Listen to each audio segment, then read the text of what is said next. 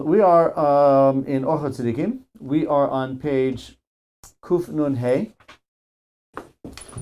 and that is at the beginning of the relatively short chapter on Sheker. And we saw, I believe, that there are 9 types of Sheker. And the first one was just, outright lying to a person in order to steal from him. The second one was to mislead a person, not only directly take from him, but I think it was to intercept some good that was coming to him. No, that was the third one. The second one was to use falsehood to lull the person into trusting him and then be able to take from him. So he's not outright lying, but he is causing this person to trust him and therefore cheat him.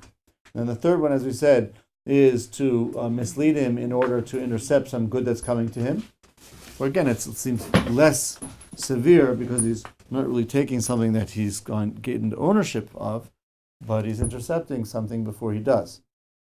And now we're up to the fourth one at the very bottom of the page. Haravi, hameshaker besipur dvorim sheshama. Somebody who lies or exaggerates about something which he heard. Umachlif miktsosam, and he changes some of the details. Umiskaven lahachlif, and he does so intentionally. Vein lo shum revach bo'isoi sheker, he gains nothing tangible from that falsehood. V'gam lo yozik o'isoi sheker l'chavero, nor will he cause any harm to anybody because of that. He's just doing it maybe to make the story more exciting, or to make time spent with him more pleasurable for people so that he gets more friends. But he's not actually gaining anything tangible, not hurting anybody. And sometimes he just makes the whole thing up. Kuf Nun Vav. Yeah, at the top of Kuf Nun Vav. He just makes the whole thing up. This is very bad in a way because he loves lies for no real tangible benefit on his behalf. I'm not sure why the author seems to be putting more emphasis on some tangible benefit than some, let's say, psychological or mental benefit, because that's also important to people, sometimes even more important than the belongings. If they feel through lying they can become interesting and therefore gain friends, so that would seem to be just as valuable and perhaps even more valuable than certain belongings that a person might have. But still, the author seems to be making a distinction in terms of, lying in order to steal something, to get something that doesn't belong to you. In a tangible way. If he's lying to get a person's friendship, he's also getting something from the person, but he's not actually, it's more like Neves Adas. He's not stealing some property of his. He's warping and stealing accurate knowledge in a way. Manipulating. Yes, he's lying in order to manipulate. What did you say, your sister? Reminds you of your sister? Well, your son does that? I'm going to assume your son is very young, otherwise you wouldn't have said that about it. I mean, the Mishnah Pirkei Avos does say, Knei lecha chaver, acquire for yourself a friend, which means they're making effort to make friends. Some take that so far as to say you literally use your money to buy things and give people to attain their friendship. But the point is that you shouldn't be doing that with like giving them gifts in order to buy their friendship, but use the gift as an expression or token of your appreciation, and therefore enhance the good feeling between you. There's a subtle difference, but there's still a difference, right? It's not really a friendship if you're trying to. Yeah, but if you're using it to buy the person's friendship, then that's not. But if you feel if you feel a good feeling towards the person, then you can express that with some gift, right? Right. So there's the difference. Yeah. Right? If you're just giving it to the person, you're using this object to acquire that person's friendship, that's probably not so good. But if you'd like to use it as a gesture of your appreciation or liking of the person, then I guess that would be okay. But sometimes he says here a person makes it all up. The yeshlo onesh Sho'ev sheker below to'eles. He's punished because he's pursuing falsehood for no real tangible benefit. Regarding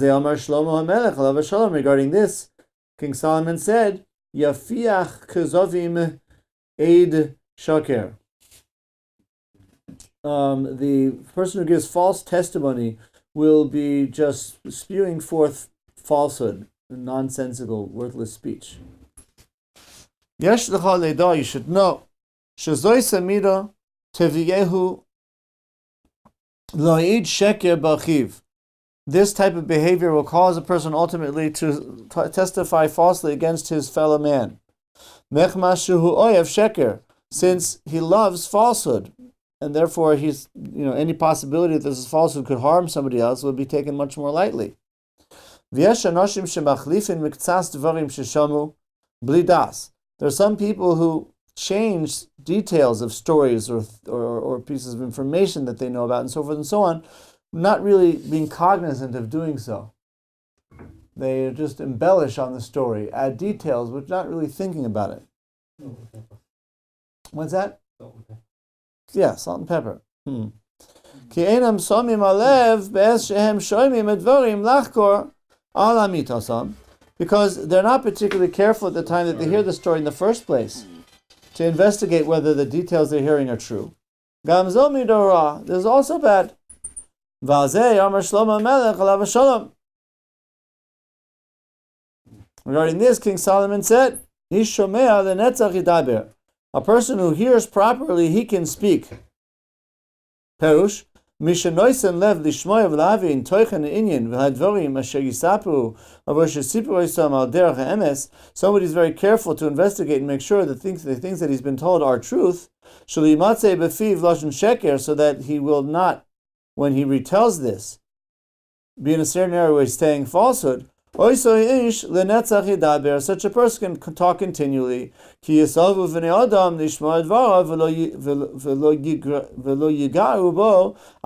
people will be happy to hear what he has to say because they know that he's telling the truth. So I was in a situation last night. It's kind of crazy, but unfortunate. At a wedding. At some point I went outside just to get some fresh air, and I saw some young men fighting. 16, 17, 18, 19, 20-year-olds. Physical fighting, yeah.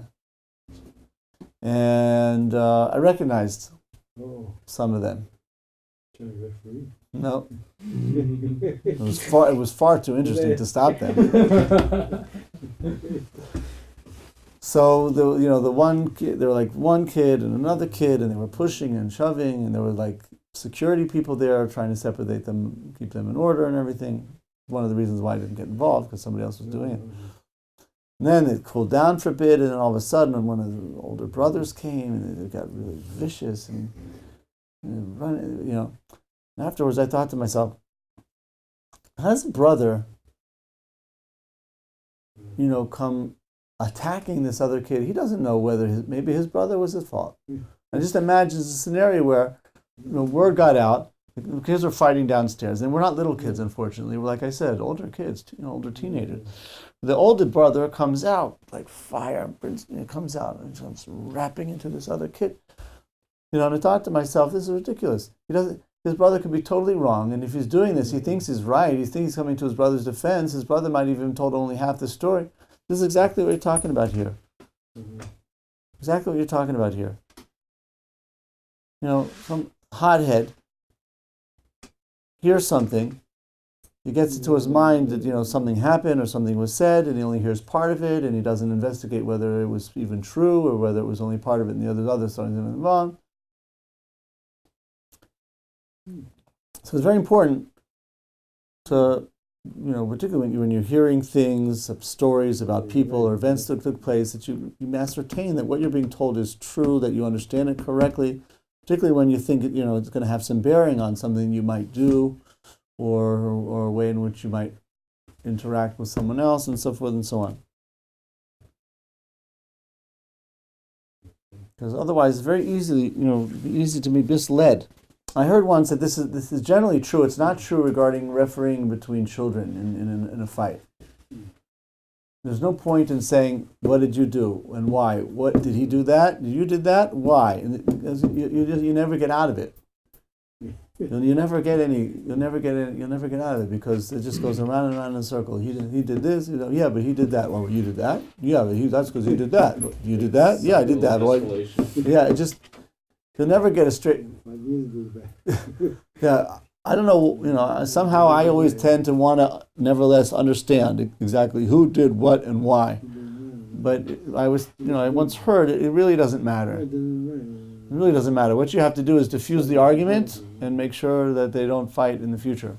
Yes, but adults just for children or adults as well?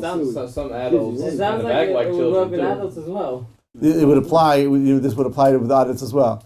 I guess the only difference is that at the end of the day, an adult, you would hope that you're going to rely on an adult to be honest and straightforward, admit when they're wrong if it's demonstrated, and also held them accountable for what they actually did. And if you don't investigate what was done, then there can never be any accountability. If there's nothing you can do about the accountability, then there's no point in investigating it. But we're talking about a case where he is, I guess, somehow involved in negotiating something between two people. So you on the one hand, you want to diffuse the tension and avoid a future conflict. But on the other hand, if somebody was wrong, that's also part of of mediating the peace. You can't really. The point here is you can't really hold children accountable for telling the truth, understanding what actually happened, or even being held accountable for something they did wrong because they're still in the process of being educated. So you can tell them this is wrong, that wrong, but to hold them accountable for it is a slightly different story. Yeah. Achamishi, the fifth form of falsehood. Ha'omer l'chavero sheyetiv lo o sheyiten lo matana o sheyazor lo. He says to his friend he's going to benefit him in some way. V'lo yomar lo al derech habitochon sheyiftach bo lev chavero. But he doesn't say it in a way of confidence, of certainty, so his friend can trust him. Ubesha sheyomer lo kach yeh b'levavo shelo letet v'zeh amur b'seinu shelo yidaber echad b'fei v'echad b'lev. He kind of says to a person, he gives some indication that he's going to help him or do something for him in some way, but he's very non-committal about it. And then when he doesn't fulfill his commitment, he says, I didn't promise, I just said maybe. So in the meantime, I guess, you gain the person's confidence and trust, the person's feeling of goodwill, because you've said but you never come through. But even when you say it, you never intend to really come through. You just giving the person the impression of the time being for your own personal benefit. Hashishi. Parents do that, huh? You have to be careful. You can't. The parents shouldn't do that. If you promise something and you don't plan on keeping it, but you're right. Parents are can very often tend to can often slip into this kind of ambiguity. That just hurts the parents because they lose the kids' trust. That's right. They're no longer that's right. That's right. They undermine their reliability. Very often you find the parents, the kid wants something and you don't really want to give him, but you want the kid to do something. You say, well, all right. First, do your homework and we'll talk. Do your homework exactly what we'll talk means. Yeah, do your homework and we'll see about that later. So you give the kid the impression that and then he does the homework and say, no, I never said I was going to give you that. I just said do it and we'll see. So now we'll see, and the answer is no. So that's a problem. The parent wants to avoid an outright confrontation, so the kid gets his homework done, and then he figures afterwards Feeding of hope. Yeah, the feeding of hope. That's no good. You can't, but you can't really rely on the kid to be smart and understand that. The kid knows I'm really not going to give him the sweets. He knows I'm just baiting him. So he'll be a good boy and he'll take the bait, even though he knows that he's going to get ensnared. You can't do that. Parent lying to themselves. Yeah. That's not good. Someone else. Yeah, look, I want you to do your homework. You want to have that? I'm not sure now whether I want to give it to you or whether I don't. I need time to think about it. Maybe I will, maybe I won't. But it has no bearing on the fact that you have to do your homework. And if you don't do your homework, I'll give you something else which you ain't going to want. So you better do your homework to avoid getting what you don't want. And maybe later you will get what you do want. That's actually a better way to say it. You at least have negative encouragement there. You know where your parents stand. Yes. And if he crosses me, he'll have no option but to stand because he won't be able to sit. Yeah. You might say, listen, I understand this is what you want. You know that I'm not a big champion of sweets. But if you do your homework, I will promise you something else. A raisin. That's sweet. So do your homework. I'll give you a raisin. And then we'll see whether it's a chocolate-covered raisin. If you really do a good job in your homework, I'll give you a cucumber. Hashishi, the sixth. Hamaftiach es chavero lehitiv lo, he promises his friend to do something for him. Vehiftiro kol kach ad shiftach bo lev chavero, and he promises him in such a committing way that his friend really relies on him. Ein lo lechalel haftachoso, he may not renege on his promise. Vimu meshaker bazeh, and if he's lying, yesh bo onish gadol yoser min harishon, it's worse than the first one. I think what he means is the previous one. Shelo also ela diba ba'alma, because in the previous case, he only kind of, generally kind of promised. I mean, generally kind of said something, but he didn't actually promise. Somebody says he's going to give his friend some small gift. Even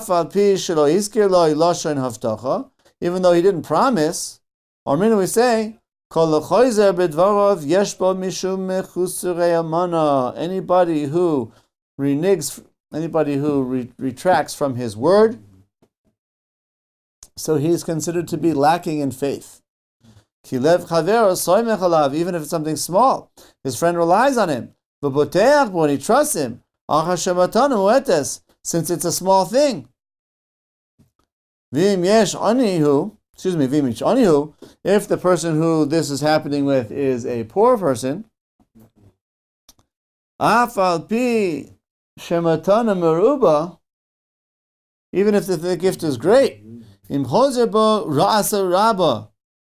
if he resins, his evil is very bad. Why? Because you might think, look, this is something big. So the poor person really shouldn't have put his reliance on that. But still, since he's poor, he's very needy, you can't expect him, right, to think, well, he probably doesn't mean so much, or he probably doesn't mean to commit so much. Because of his dire straits, he's likely to catch on to the possibility. Such a person has transgressed the prohibition of making profane his word. And so somebody who gained glory by saying he's going to give some gift to somebody, since he is praised for his generosity. He says, I'm going to do such a thing for such a person. Even if he doesn't commit. But since he said it in public and he gained praise for it, the implication is that he's serious about doing it. So that's tantamount to promising. And then if he reneges, bad deal. Since he already gained honor and glory for saying he's going to do it.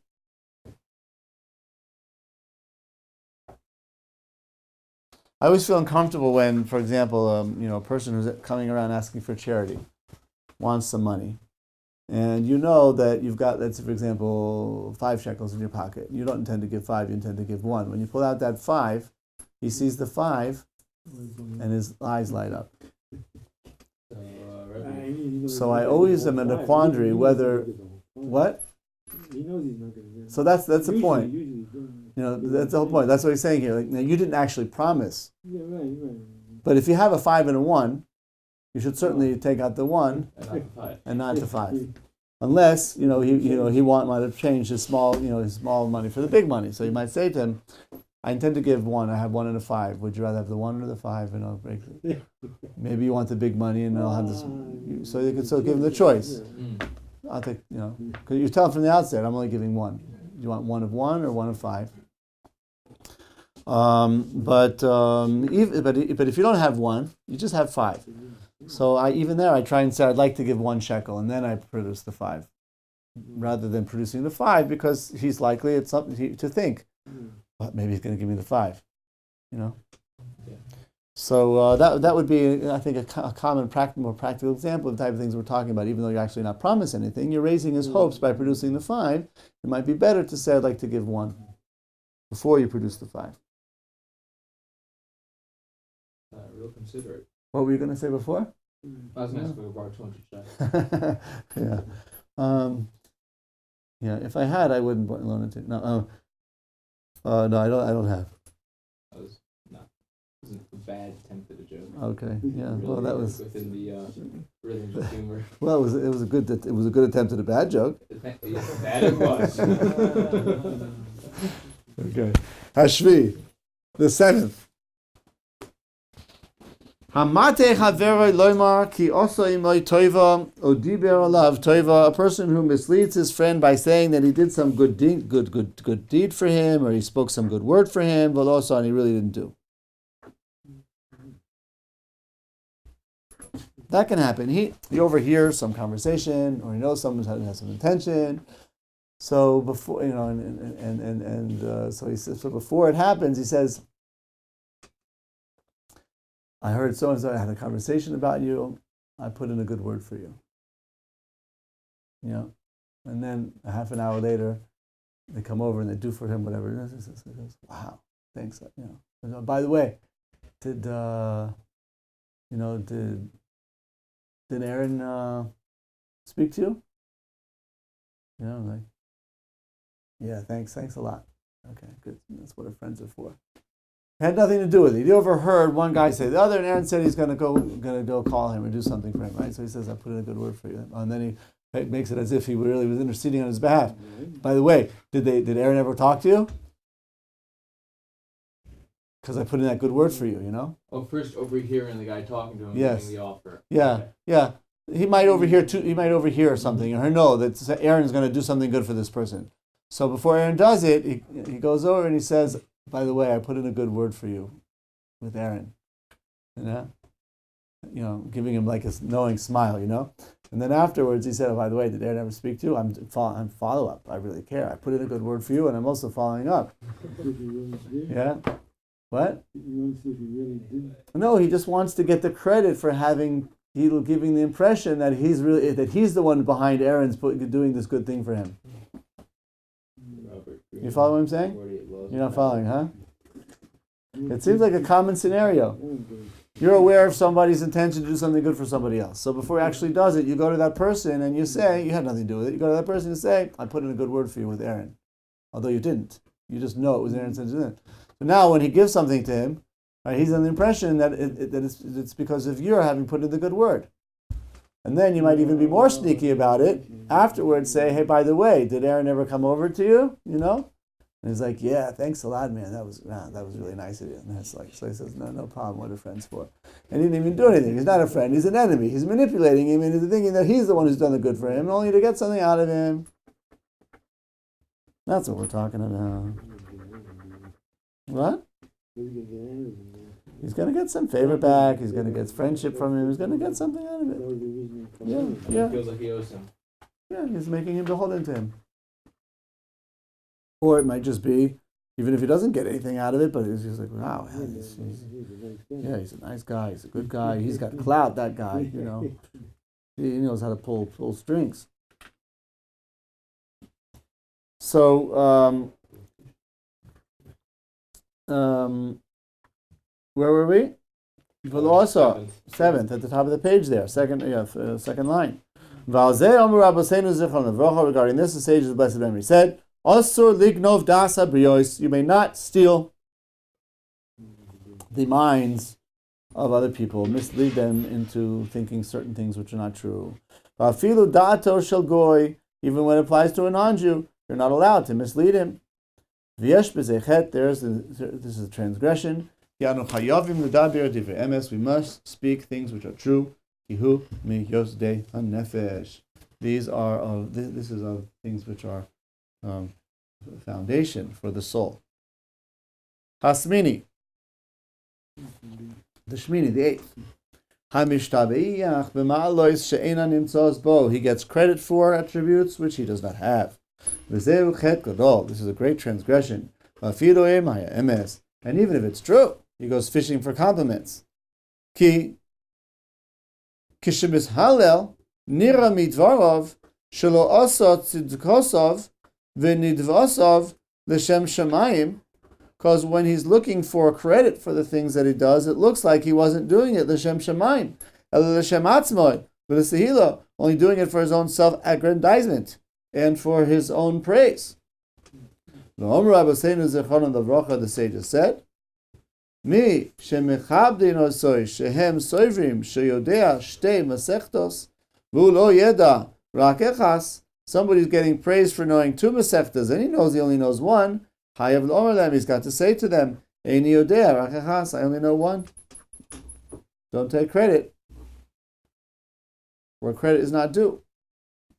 And don't look to get credit either, because it looks like you weren't doing it for the right reason. Kol sheken she'osur lo l'chazev v'lihispire b'malo shen bo. All the more so, I guess the author, I think, is saying it slightly different than the way I took it. He said even if it's true. He gave an example where, for example, he's being praised for knowing two masechtas. Even though it's partially true, because he knows one, he shouldn't say, well, I know one, so since I know, I might as well take the credit for knowing two. It's not like I don't know anything. So according to this, the author would seem to mean, even if it's partially true, even when he's being praised for something where part of it's true, since not all of it is true, only take the credit for that part is true, but not that it's not true. I was suggesting he means even if it's true, even if it's entirely true, he still shouldn't take credit, like he says here, because so maybe he means both. Because it looks like you're really you didn't really do it for the right reason. That doesn't mean to say that you can't tell people about the good deeds that you've done, for example, for them. Somebody asks you to do a favor, so you say to him, I did it. There's nothing wrong with that. You're demonstrating to the person that you came through for him. And not so much to get credit for having done so, but to allay the person's concern about whether it was done or not. Okay? So you're allowed to say the good thing that you've done in that case, where your intention is not to get credit for having done it, but to allay the person's concern that perhaps you didn't.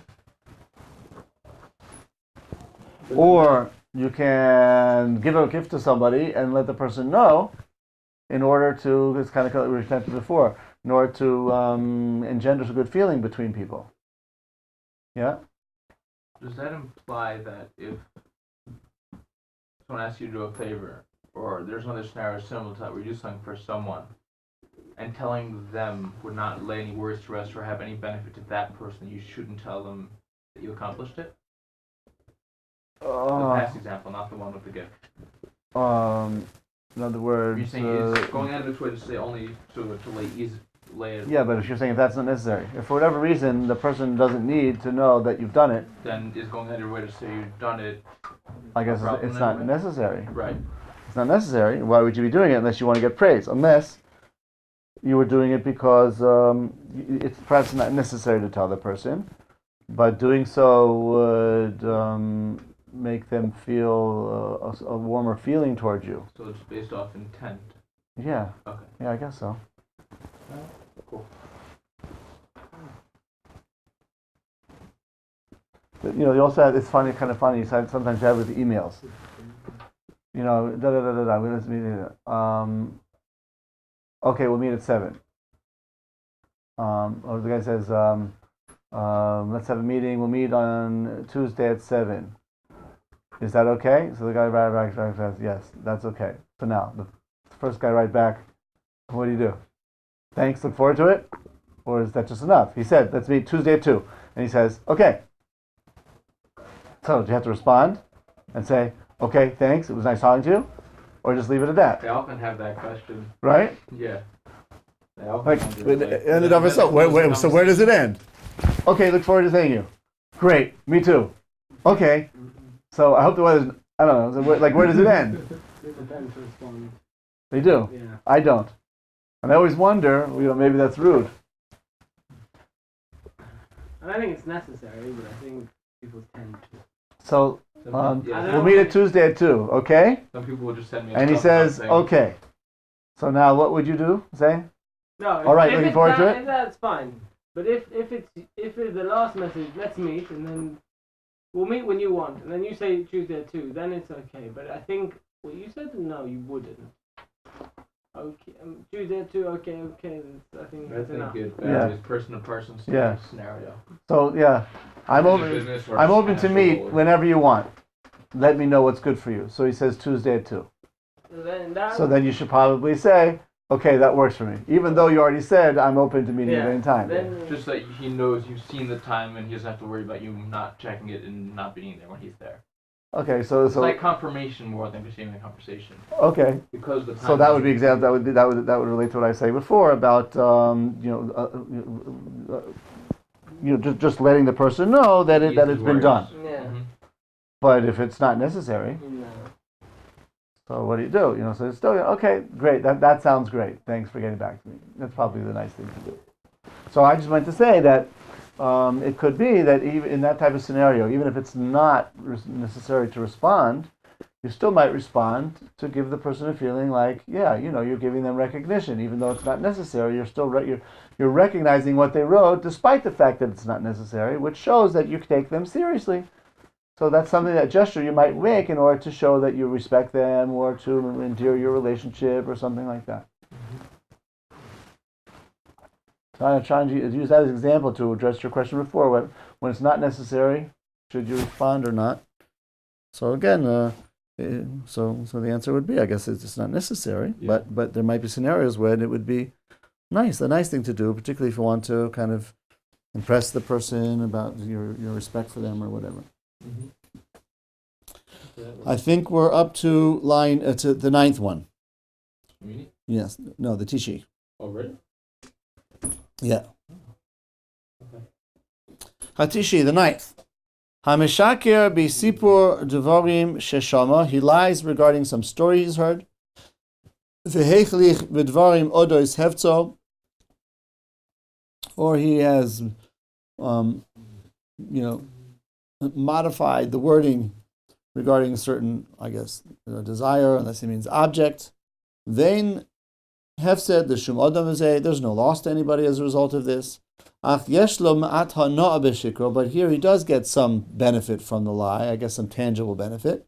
Af al pi she'enu marviach mamon b'kach. Even though he doesn't, let's say, earn money through this. Could go in, for example, Rav Shamar the Ishto in the Gemara in Yevamos Daf Sav Gimel. Rav says to his wife, Ta'asili telovche. Telovche is something. Maybe it means hooves. Yeah. Maybe it has a double meaning. Ve'ozisa chimtze. But she made for him chimtze instead. V'kshama chimtze. And when he said, make for me chimtze, ozisa tlovche. She made for him tlovche, so she reversed what he requested. Truth is, remember correctly, the Gemara is talking about Rav and his wife, and she wasn't the most pleasant person, and whatever he did, whatever he asked, he gave her something else. That's a lovely companion. Yeah. So you might learn to ask for the wrong thing to get the right exactly. thing. So you think he'd ask for the wrong thing to get the right thing, but he wouldn't do that. Why? He didn't want to deceive his wife. But his son thought that would be a good idea. Let's just reverse things. So here his son went and he reversed things.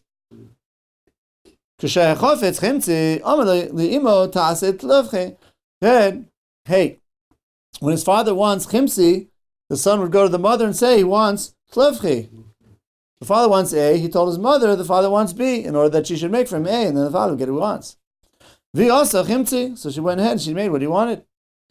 V'zeh ben also the kvod av. He did this in order to honor his father. So that he should get what he wants. Nevertheless, Micha biyadoi, his father, Rav, he opposed this. Shalol asois od, not to do this anymore. Mishum limdu l'shanom davar sheker. Yes, they taught their tongues to lie.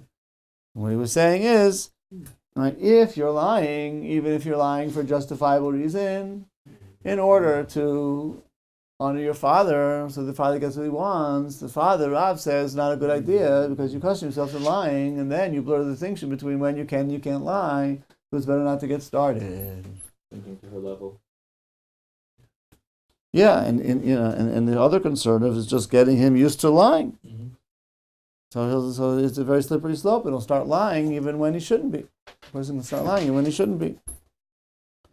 There's another reason here why you'd think that perhaps the son should be able to say, father wants B, when he really wants A, in order for the mother to give A and not B, is in order for shalom bayis. And we saw that you're allowed to lie for shalom bayis. Yeah? What's that? Where do we see the story for that? Mishane b'pnei shalom, we talked about Abba Misara. Right? But if Rav is aware of his options to deceive his wife to get what he wants because his wife is first in everything he doesn't want, then it would imply that knowing that option is still going against it, he's at peace. Yeah. Even though he's not getting what he might have wanted, he's happy that he on his own is making the right choice. Yeah, very good. So it might actually not be about Shalom Bayis anymore, Yes. he's already Very in a good good. place. Yeah, very good. I was thinking the same thing, yeah. I have to say, this is not an issue of shalom bayis, because he himself was aware of it, and I guess he wasn't makpid. Mm-hmm.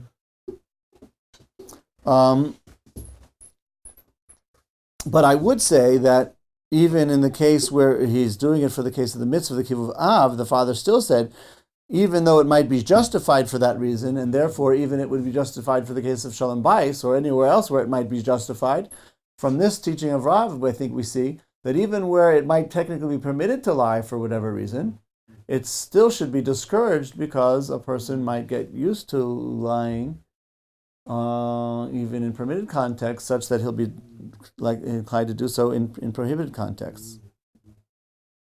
The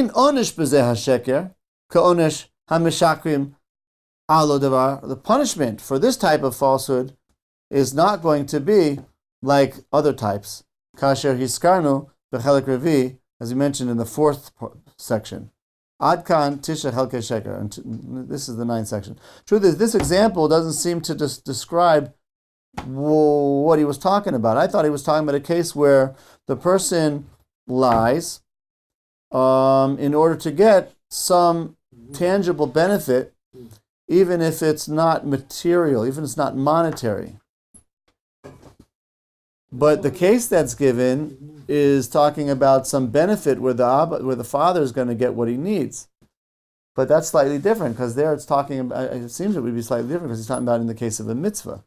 It's not, he doesn't get any benefit, right? His father gets the benefit, so it's not benefit. The actual person who does the lying doesn't get any. He gets benefit not in this world.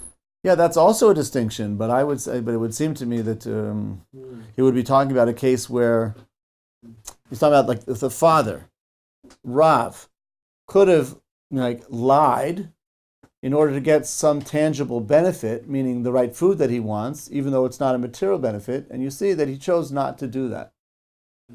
So you see from here, a person shouldn't do that. Yeah, I guess that's it.